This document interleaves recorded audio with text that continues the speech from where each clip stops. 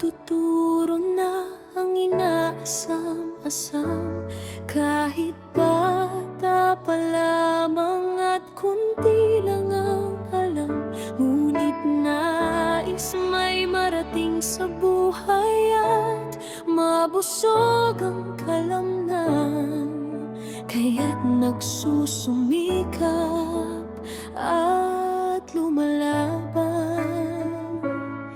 Mga papel na puno ng sulat at tinta, kwartong puno ng iba't ibang mga salita, halo-halong tao at numero na ang nakilala. Ngunit Panginoon ang nangingibabaw at nag-iisa, sapagkat siya ang gumagabay-gabay patungo sa tagumpay. Laban para sa tagumpay,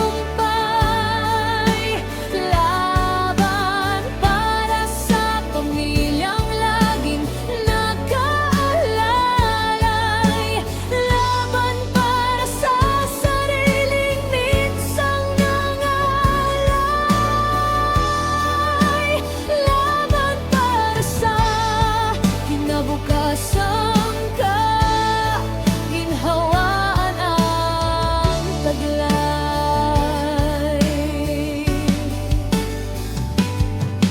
May laban na kinikimkim at hindi masabi, manangiting may karampatang luhang nagkukubli, luhang aagos lamang tuwing gabi, at mga pagdududa sa sarili, kung kakayanin ba ang lahat upang hindi magsisi.